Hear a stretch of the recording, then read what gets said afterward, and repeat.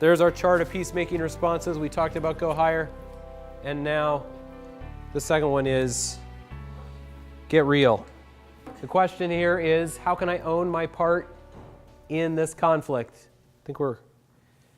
There we go. How can I own my part in this conflict? So, true or false? Conflicts are 50-50.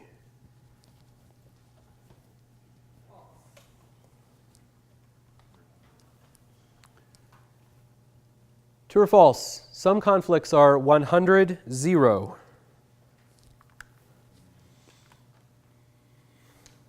True.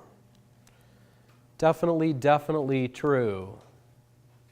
Some conflicts are because one person did everything wrong. The other person didn't do anything wrong. There are 100-0 conflicts, right? What happens if you say to an innocent abuse victim, so how are you part of the problem in this situation?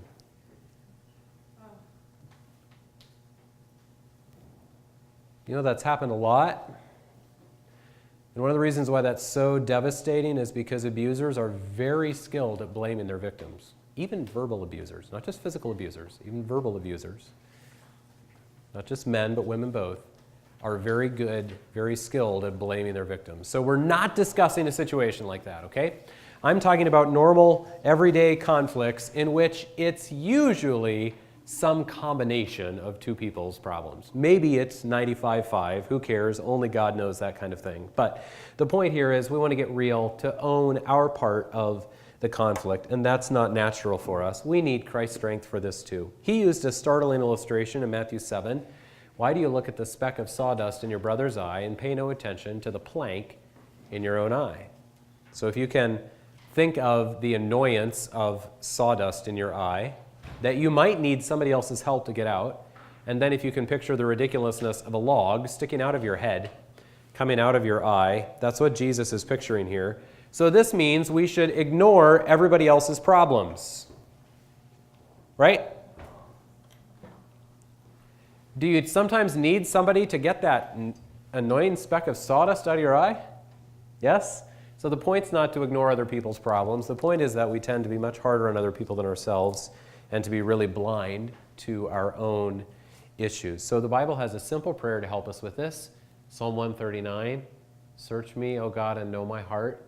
Test me and know my anxious thoughts. See if there's any hurtful way in me, and lead me in the way everlasting. Boy, that takes a lot of humility, doesn't it? Coworker A is persuaded that coworker B is lazy and sloppy and always pushes her work off on everybody else. And coworker B is persuaded that coworker A is arrogant and self-righteous and never thinks she does anything wrong. And it would really take Christ's strength for either one of them to say, okay, God, search me. Maybe I am pushing my work off on other people more than I realize. Maybe I am more arrogant than I realize. That seems simple, yet it happens so seldom in everyday conflict. So once we ask God to help us see our own part, then we have to own our own part. Oh, is that hard? And especially hard when the other person did wrong first and you just did wrong in response. Then it's really hard, right? If you own their part, it looks like they're just going to go free. So again, whose strength do we need? Christ's, right? We're 100% responsible for our part, whether our part is large or small. So how do we take responsibility? The simple answer is by apologizing. Apologizing to the person you wronged is the way you fully own your part in a conflict. That's hard. That's powerful. You change the entire dynamic of a conflict when you apologize for your part. So one problem here is that our pride doesn't want to apologize, but the bigger problem is we're really skilled at apologies that aren't apologies. And this could be a whole seminar of its own. I'm just going to touch on this very briefly. But most people never learn to admit their wrongs honestly and absolutely. Look at this. Never.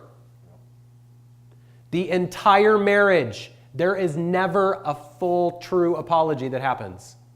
Or a teenager who's done wrong over and over and over and over and over again in his home never has truly apologized to mom and dad.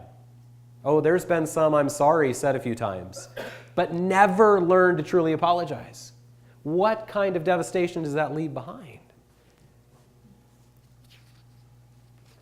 So in your booklet, you have Ken Sande's list of 7 A's of a good apology. Number 1, address everyone involved. Your apology should reach as far as your offense. Number 2, avoid if, but, and maybe.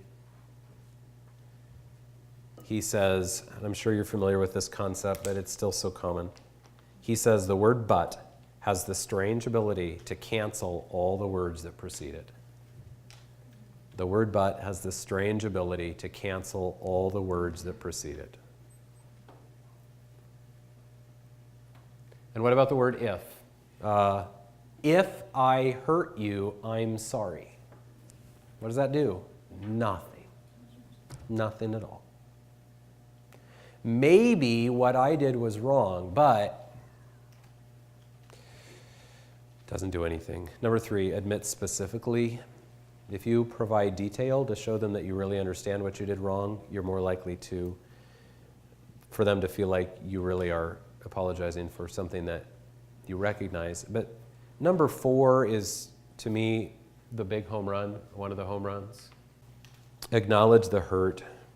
Aim to show that you understand how the other person felt. Boy, if you want an apology home run, the 2 basics are don't turn it back on the other person in any way.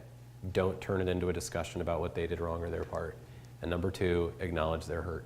The moment you acknowledge their hurt, the healing of that hurt begins. But an apology that does not acknowledge the hurt deepens the hurt. Okay? The moment you recognize the hurt, the healing of that hurt begins. But an apology that does not recognize the hurt probably deepens it. Because now the person is put in the position of feeling like they need to forgive you for the fact, but they don't feel like you have any understanding of what that meant for you. Number 5, accept the consequences. No genuine apology is hoping to get out of the consequences. You cannot say, okay, I'm sorry, to get out of the consequences. That's not an apology. That's a game. Number 6, alter your behavior. Any marriage counselor has heard this over and over again. One person says, I apologized. And the other person says, yeah, but you're still doing it. I apologized. Yeah, but you're still doing it. So what does the apology mean? What am I supposed to do with that? Number 7, and by the way, whose strength do we need to alter the behavior? Christ. Number 7, ask for forgiveness and allow time. So will you please forgive me and don't demand that they respond to that right then? All right. So the consider question is, of those 7 A's, which is the hardest for you? And it's Jesus who empowers true apologies. It's the freedom of knowing that God's already forgiven me for all of my sin because of Jesus that frees me up to admit my sin to you and apologize to you. Okay, that is peacemaking response number 2. Get real. Own your part of the conflict. Peacemaking response number 3 is gently engage. This is my favorite. It's not that it's the most important. It doesn't work without the others. It really doesn't work without Christ. But it can be so practically beautiful to watch what happens when people in conflict begin to gently engage. And my point here is not so much gentle, which Christopher talked about quite a bit. My point is the word engage. Instead of avoiding or instead of attacking, here's my phrase, write this down, gently move toward the other person. Is that in your notes already? Gently move. Yes, it's on page 17. It's what goes in the blank on page 17. Instead of avoiding or instead of attacking, gently move toward the other person. An astonishing number of conflicts involve people who haven't talked to each other in months or years, yet they're certain they know what the other person is thinking and feeling. In other conflicts, There is daily communication. There is a ton of talking at each other, but there has not been listening in a long time. And so instead of avoiding or instead of attacking, we need to learn to gently engage, to move toward the relationship instead of avoiding it or tearing it down. Gently engaging means to move toward the relationship instead of avoiding it or tearing it down. Now, here is what Jesus taught, something startling. He taught that gently engaging is the right answer no matter who did the wrong. Look at this. It's in Matthew 18 and Matthew 5. If your brother sins against you, go and show him his fault just between the two of you. If you're offering your gift at the altar and there you remember that your brother has something against you, leave your gift there in front of the altar. First go and be reconciled to your brother, then come and offer your gift. Matthew 18, who did wrong? You or your brother, the person you're in a relationship with? Who did wrong? Matthew 5, who did wrong? Well, don't know, but at least your brother's perception is that you did wrong. And maybe he's right. So here, the other person did wrong. Here, you did wrong, or at least they feel like you did wrong. But what's the common thread between the two? If they did wrong, go. If you did wrong, go. Gently engage. Jesus said, you make the first move. You be the one to move toward the relationship instead of avoiding it or tearing it down. That's being a peacemaker. Now, of course, you could go the wrong way. Of course, Jesus meant go the right way. But now, will it always help? No. Sometimes you'll be dealing with a bitter, angry, nasty person who won't want anything to do with you. Sometimes you're dealing with somebody who's never going to give in no matter what. But many times when we humbly go to listen, to explain, to try to open up the communication, amazing things happen. I love that phrase, open up the communication. This isn't just about blasting somebody, about showing somebody where they're wrong, about getting an apology off our back so we'll feel better. This is about opening up the communication. So consider, can you think of a relationship in your life right now where the communication is closed? Now remember, that doesn't necessarily mean no one's talking. There might be a lot of talking, but nobody's listening. Can you think of a conflict in your life right now where the communication is closed? And so then the question is, does God want you to gently engage, to seek to open up the communication, to move toward the relationship?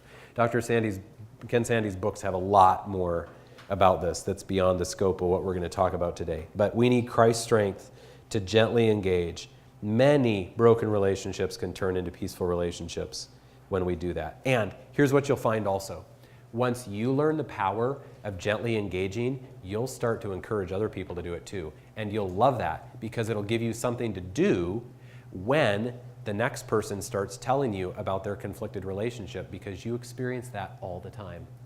Isn't it true that other people tell you about their conflicts? You go to work and another coworker tells you about their conflict with another coworker.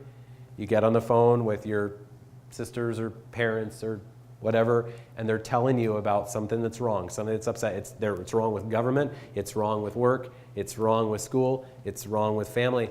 And what do? You don't know the story, right? So you're just stuck listening, sympathizing. But then when you learn the importance of gently engaging, opening up the communication, you will start to find lots of situations where you can say to someone, could you open up that communication with them? Are you sure that's what they're thinking? Have you thought about maybe asking them this way? Like some of the questions Christopher suggested of ways to ask things. You'll start to play a peacemaking role for other people who they were just unloading their conflict on you, but then God's going to use you to help point them in a peacemaking direction. Okay, that's number 3. And now number 4, last but not least, is get together. So our 4 peacemaking responses are go higher, get real, gently engage, get together. Jesus said in Matthew 5, go and be reconciled. Restored to normal relations or harmony with someone. We could picture that lots of ways. A hostile relationship changed to peace. A broken relationship restored. A sick relationship healed. However you want to say it, we just want the relationship fixed. But remember that when this happens in human relationships, it's just a shadow, or it's just an echo of what God has done through Jesus. See what we read in the Bible? While we were God's enemies, we were reconciled to him through the death of his Son. Remember, our broken relationship with God is the root of our broken relationships with others. But Jesus reconciles us to God. Now we care about reconciliation.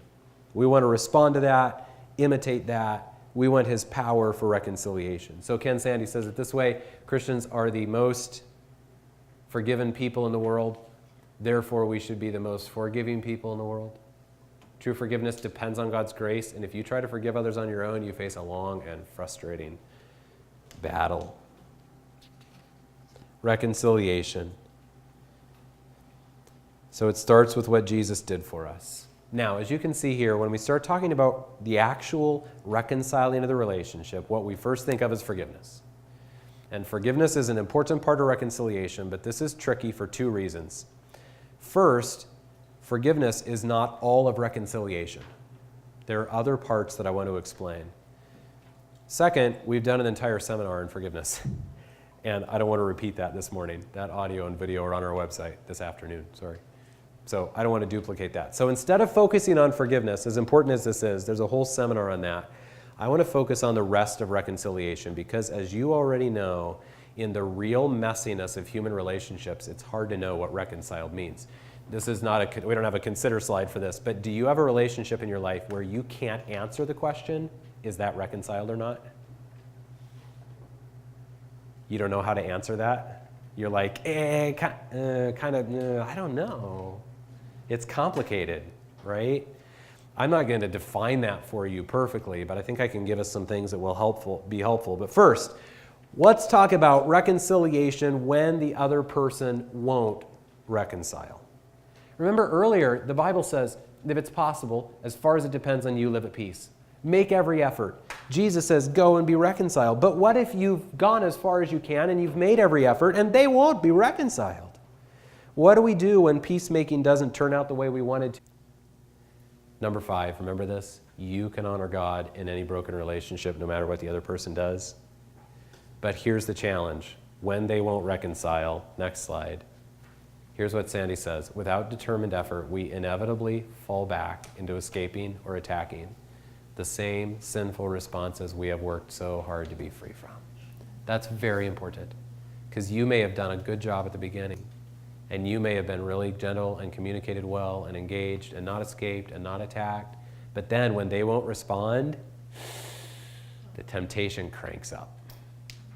You were good at the beginning, but boy, it can turn ugly over time. So we're talking about maintaining the right heart over time. 6 principles he gives. These are in your booklet. Number 1, pray for your enemies. So you see where we're at in your booklet, 18. Number 1, pray for your enemies. Keep going higher. With God, nothing is impossible. Don't give up any hope, because with God involved, there's always hope. Tomorrow might bring new opportunities because you never know what God might do. So keep praying for them. Don't mentally delete their file from your brain. Keep praying for them. Number 2, guard your heart and your tongue. Oh, be careful what you say about the other person. When they won't reconcile, you face a huge temptation to rally people to your side. What's going on in your heart is going to come out in your mouth. Guard your heart and your tongue. Number 3, seek godly advice. Get other people who can help you when it's stuck. Don't try to be the solo reconciler. As a matter of fact, Jesus taught that. When the relationship's reconciled, go get help. Number 4, keep doing right. Don't repay anyone evil for evil. Be careful to do what is right in the eyes of everyone. Keep doing right. Number 5, recognize your limits. You can't change somebody's heart. You can't be the judge who convicts them and sentences them. When we can't resolve conflict, we face an enormous temptation to take matters into our own hands. Let God be God, okay? Number 6, use the ultimate weapon, which is deliberate, focused love. There's a verse that's not in your booklet that's really important with number 6. If your enemy's hungry, feed him. If he's thirsty, give him something to drink. Overcome evil with good. Overcome evil with good. Use the ultimate weapon, deliberate, focused love. We love because God first loved us. Okay, so that's what do you do when the other person won't reconcile? Now, to finish up today, we're going to talk about what does reconciliation look like. First, reconciliation is not, we could make a big, long list here. I'm not going to do that because at the beginning of forgiveness seminar, the whole first 30 minutes or more is a list of what forgiveness is not. So that's very relevant for this, but let me just give you a couple examples. Reconciliation is not becoming best friends who love to be together. Reconciliation is not becoming best friends who love to be together. Reconciliation is not ignoring the wrongs that have been done. Here's a huge one. Reconciliation is not getting over the hurt.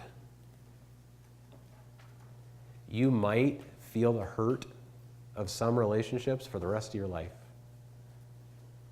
even though they were reconciled. Reconciliation is not getting over the hurt so that you never feel it again. Okay? I could keep going with that list, but the point is you can't have an idealistic view of reconciliation. The relationship may still have challenges. You may never be best friends. You may feel some of the hurt for the rest of your life, but it can still be reconciled. Reconciliation is seldom instantaneous. And unfortunately, a lot of people seem to want that or look for that or think that could happen. Relationships are often damaged over time, and relationships are usually rebuilt over time. Now, forgiveness can be instantaneous. An apology could be, forgiveness could be. It's not necessarily the same thing as reconciliation. Don't expect instant reconciliation, especially if you're the person who broke the relationship.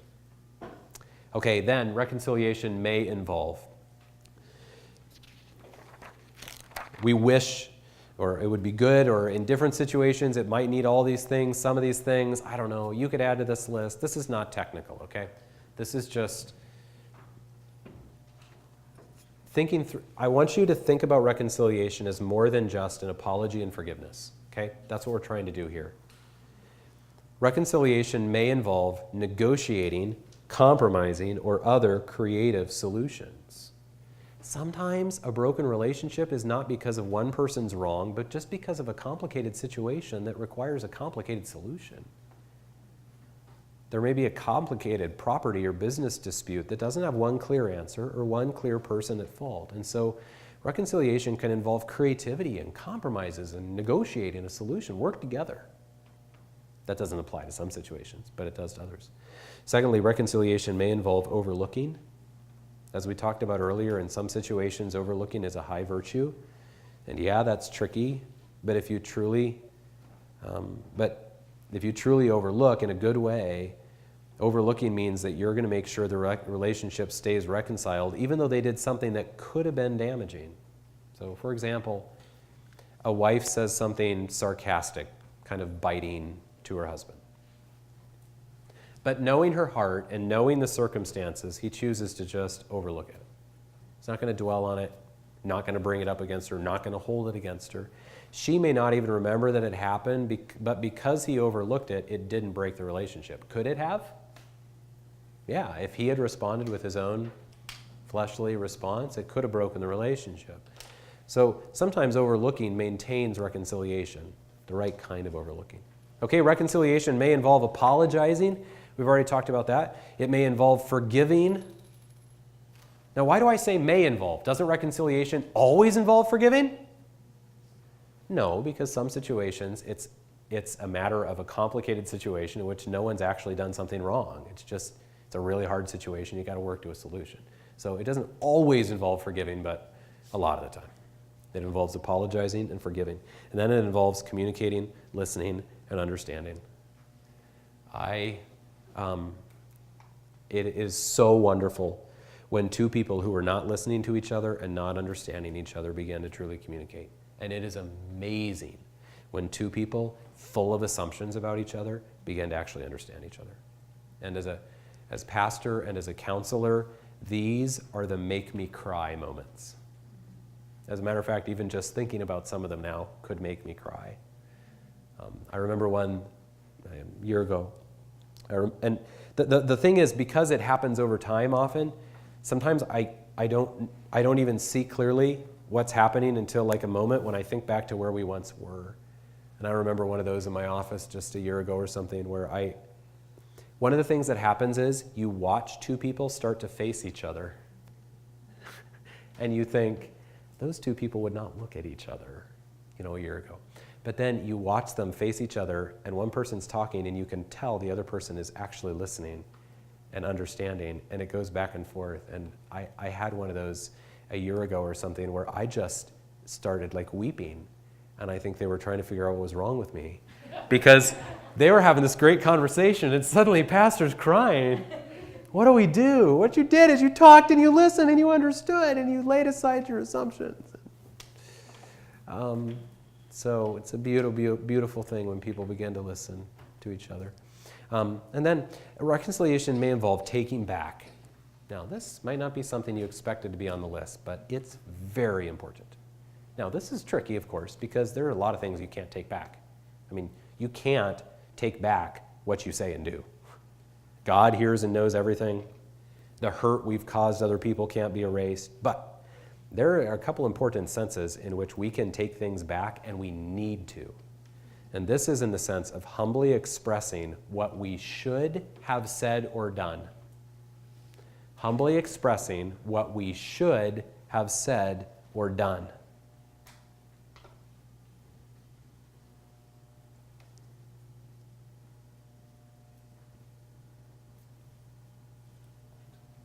Does that make sense? Does it help you if somebody said something pretty mean and unfair to you, and they come back and they say, you know what, I can't take that back, but I shouldn't have ever said that, because what would have been true is this. What would have been true is if I said, you're a good friend who holds me accountable for things, and I needed it. That's what I should have said, instead of telling you, you're a jerk and you're wrong. You can't take back what you said, but you can come back and say, listen, this is what I should have said. This is what I should have done. And that can really, really help them to see. So, and to go to what Christopher said, remember Christopher talked about the line in the sand? In reconciliation, you often need to retract the line you drew in the sand. So with the dog illustration, what would be wonderfully helpful is if both people said, okay, I know I said your dog did it, but I should not have said that. Retract the line you drew. And I said, my dog didn't do it, but I shouldn't have said that, at least initially, until I learned more and listened more to make sure my dog didn't do it. So we both drew a line in the sand, and we both should retract our lines and say together, we don't know. Because you shouldn't draw a line in the sand about anything that's not true. That's truth.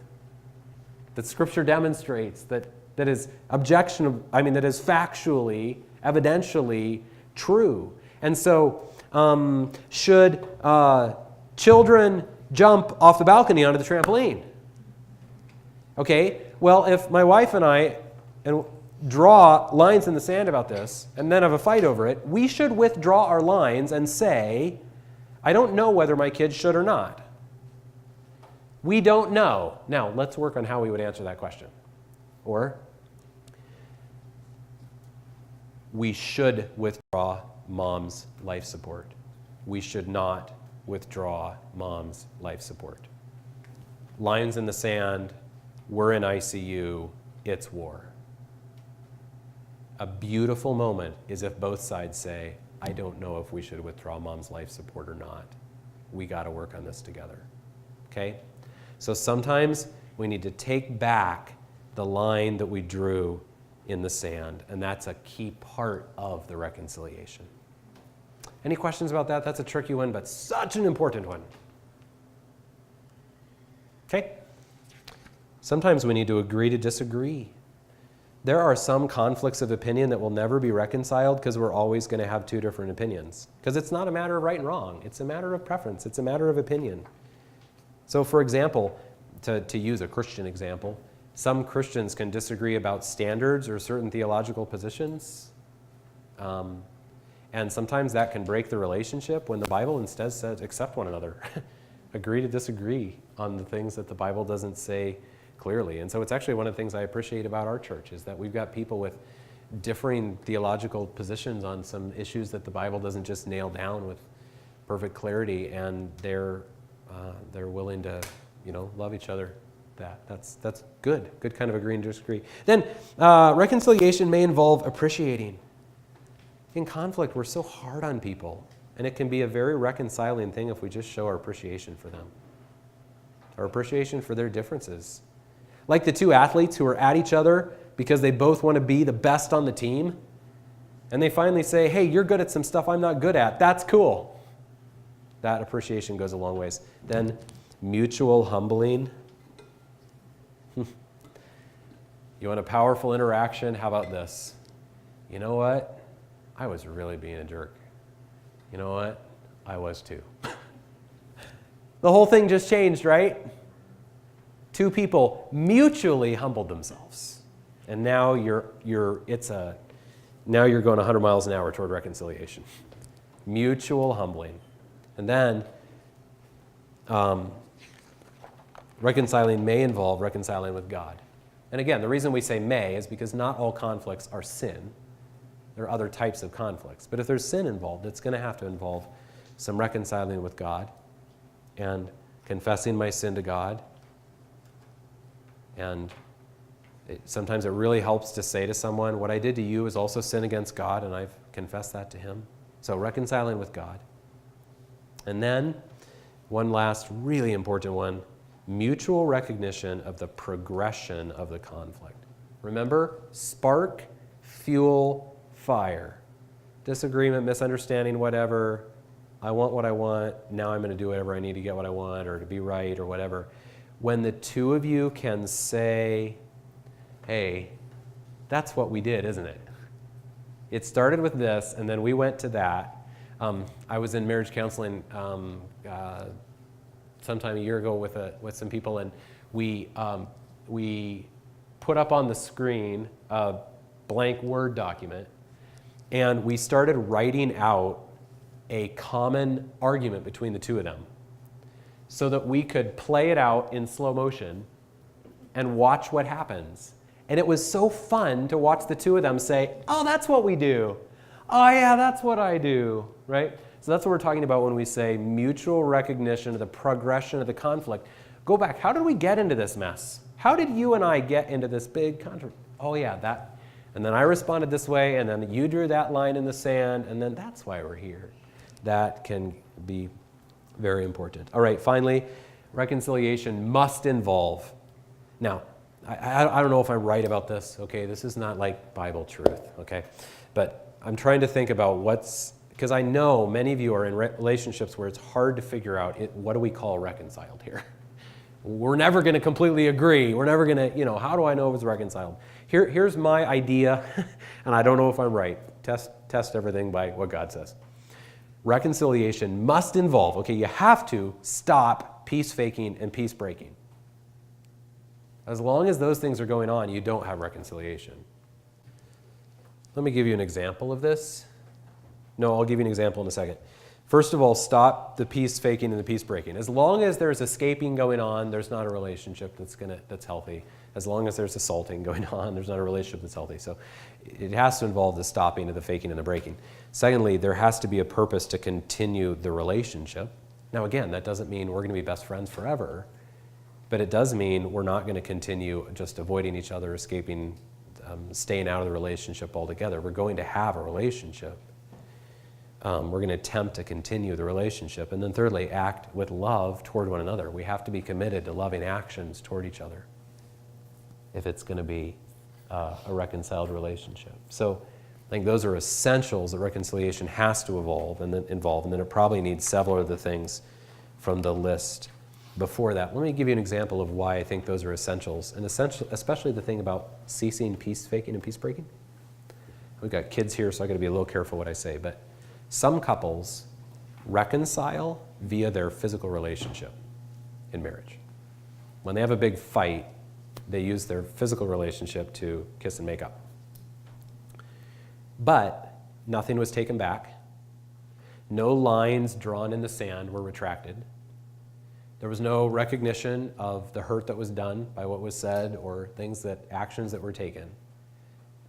They just used that to kind of, let's pretend like that didn't happen and move on. So are they reconciled? They're not. They feel like it. The next day they kind of move on until it happens the next time. So that's just an illustration of how reconciliation has to involve the end of peace faking and peace breaking, as well as the purpose to continue the relationship and act with love toward one another. And to use another example, it's also not reconciliation if we just decide we're never going to talk to each other again because it's too hard. Well, that's not a relationship. So we're not reconciled then if we just have to avoid each other forever. So that's some basics, I think, for what reconciliation has to involve. Okay, so this little chart then that we've been looking at summarizes everything we've covered today. This chart, by the way, is available for purchase as a handy little quick reference card that you can carry with you. The problem is they keep updating it, and it's out of print, and you can't get a hold of it anywhere except an older version that's not as clear as to understand as this one. So I wanted to buy it for everybody, and you can't buy it. They were saying they were going to be available in May, and now they're saying June, and who knows. But it's a really helpful little card if you go to peacemaker.net and buy them if they become available. So the key here is I can do everything through Christ who gives me strength. You have to consider your relationship with God first. That's the root of all of our relationship conflicts. And then as you understand God's love for you, despite the fact that you've said to him, I want what I want no matter what God thinks. When you understand what Jesus did because of that, you learn radical love, and the strength of Jesus begins to turn you into a person who can love like that. The human heart wants what it wants, but Christ can transform that into radical love because he already took the penalty for our sin and showed us his love.